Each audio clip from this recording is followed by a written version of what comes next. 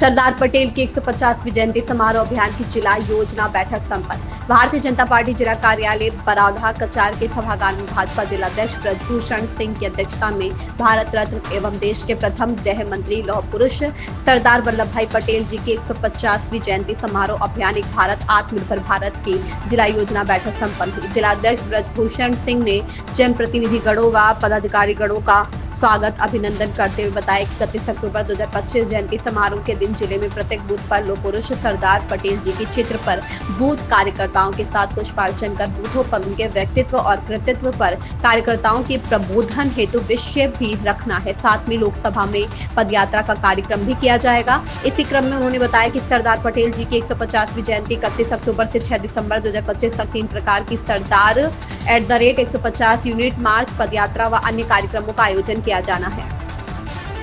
संतोष गुप्ता की रिपोर्ट। युवाओं में एकता, देशभक्ति और कर्तव्य भावना को जागृत करना उद्देश्य।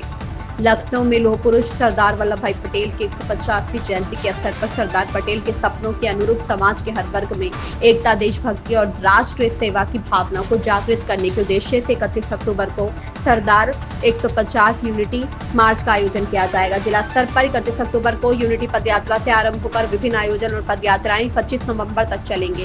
राष्ट्रीय स्तर पर 26 नवंबर से 6 दिसंबर के दौरान 152 किलोमीटर की पदयात्रा पटेल जी के जन्म स्थल करमसद से स्टैचू ऑफ लिबर्टी केवड़िया तक आयोजित की जाएगी। राष्ट्रीय व्यापी कार्यक्रम का उद्देश्य युवाओं में एकता, देशभक्ति और कर्तव्य भावना को जागृत करना है। सरदार पटेल ने जिस तरह बिखरे हुए भारत को एक भारत बनाया, उसी भावना को पद यात्रा आगे बढ़ाएगी। इस अभियान के जरिए युवाओं को एक भारत और आत्मनिर्भर भारत के आदर्श अपनाने के लिए प्रेरित किया जाएगा।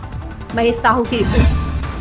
प्रतापगढ़ में पुलिस की सख्त कार्रवाई। पेशेवर एवं फर्जी जमानतदारों के विरुद्ध विशेष अभियान में 11 अभियुक्त गिरफ्तार। पुलिस अधीक्षक प्रतापगढ़ के निर्देश में अपराध नियंत्रण एवं न्यायिक प्रक्रिया की शुचिता बनाए रखने हेतु जनपद स्तर पर पेशेवर फर्जी जमानतदारों के विरुद्ध विशेष अभियान चलाया गया। प्रतापगढ़ में वर्ष 2025 में ऐसे अभियुक्तों को चिन्हित किया गया जो जमानत पर छूटने के पश्चात पुनः अपराधों में संलिप्त पाए गए। जांच में पाया गया कि कई अभियुक्तों ने एक ही जमानतदार या संपत्ति के आधार पर बार बार फर्जी जमानत ली थी तथा कुछ अधिवक्ताओं द्वारा 2000 रुपए से 3000 रुपए तक की धनराशि लेकर पेशेवर जमानतदारों से जमानत दिलाई जा रही थी। इस संबंध में थाना कोतवाली नगर में 2 अभियुक्त पंजीकृत कर पुलिस अधीक्षक प्रतापगढ़ द्वारा विशेष जांच टीम गठित की गई है जो जमानत प्रक्रिया में संलिप्त सभी व्यक्तियों के विरुद्ध कड़ी विधिक कार्रवाई की जा रही है। ओम प्रकाश गुप्ता की रिपोर्ट। थाना के सामने मारपीट। मिर्जापुर में जिगना थाना के सामने उस समय हड़कंप मच गया जब थाने के ठीक सामने ही 2 सगे भाइयों में जमकर मारपीट हो गई। बताया जा रहा है कि दोनों भाइयों के बीच जमीन के बंटवारे को लेकर पुराना विवाद चल रहा था। कुछ दिनों पूर्व भी मारपीट होने पर दोनों पक्ष थाने पहुंचा था। दोनों पक्ष के बीच 15 अक्टूबर 2025 को जिगना थाना क्षेत्र के गावरा गांव में दोनों भाइयों के बीच झगड़ा हुआ था। दोनों ने अपनी शिकायत थाने पर दर्ज कराया था। आज 8 दिन बाद एक बार फिर दोनों पक्षों के बीच कहासुनी हुई जो देखते ही देखते मारपीट में बदल गई। घटना थाने के बगल में हुई जिससे वहां अफरा तफरी का माहौल बन गया। आसपास के लोगों ने तुरंत पुलिस को सूचना दी। मौके पर पहुंचे सिपाहियों ने किसी तरह दोनों पक्षों को अलग किया और थाने में बैठा लिया। घटना के संबंध में ममता देवी पत्नी शिवनारायण ने आरोप लगाया कि उनके जेठ ने जानबूझकर विवाद शुरू किया। वहीं बर्फी देवी और फूलकली देवी ने बताया कि झगड़े की जड़ जमीन के बंटवारे को लेकर है। संतोष गुप्ता की रिपोर्ट। है आपका? ममता देवी। कहाँ घर है? गौरा। क्या मामला है? मामला यही है, कह रहे हैं जान से मारेंगे, यहाँ रहने नहीं देंगे, मुकदमा वापस लो।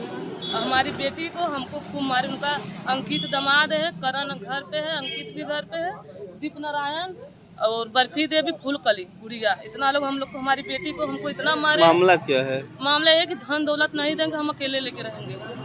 हम अपना हक हिस्सा चाहते हैं, अपने अकेले अलग रहना चाहते हैं, वो लोग को साथ नहीं रहना चाहते। आपके परिवार है वो? हाँ, हमारे जेठ।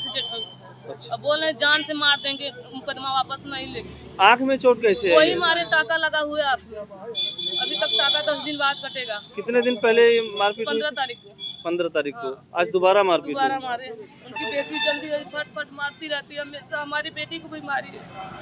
तो क्या थाने में गई थी आप? हाँ, वहाँ कोई सुनवाई नहीं हो रहा। कह रहे जाओ तुम घर पे बैठो, और हम वो लोग को पैसा दे देते हैं 20,000 25,000, कुछ करते नहीं है।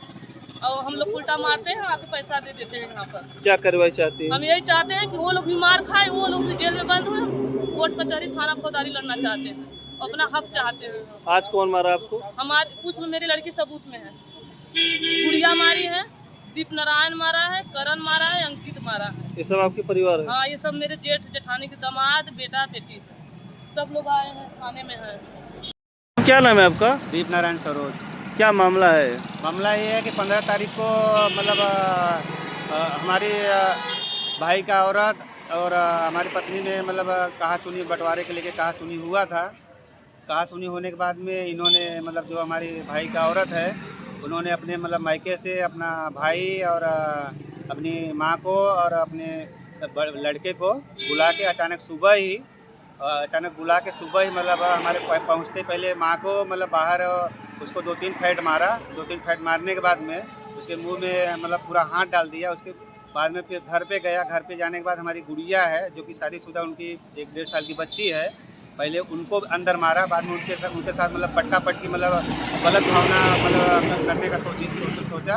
उसके बाद में फिर खटिया का पार्टी मतलब खटिया तोड़ के 15 तारीख को खटिया पार्टी तोड़ के और पहले मतलब गुड़िया हमारी लड़की को मारा, बाद में फिर हमारे औरत को मारा और माँ को भी मारा।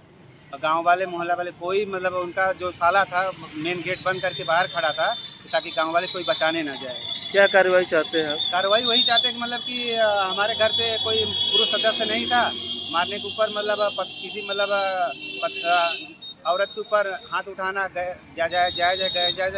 उन्होंने मतलब जो भी मतलब घर पे बंटवारा के विषय में हुआ तो उन्होंने पुलिस कंप्लेंट करना चाहिए कि हमारा मतलब हक हिस्सा नहीं दे रहा है। उसके लिए प्रशासन है, ना कि अपने हाथ में कोई मतलब लेना चाहिए, अपने हाथ में नहीं ले। उसके लिए प्रशासन कुछ भी गलत होता है उसके लिए प्रशासन है, प्रशासन के पास हमको जाना चाहिए, ना कि कानून अपने हाथ में लेना चाहिए।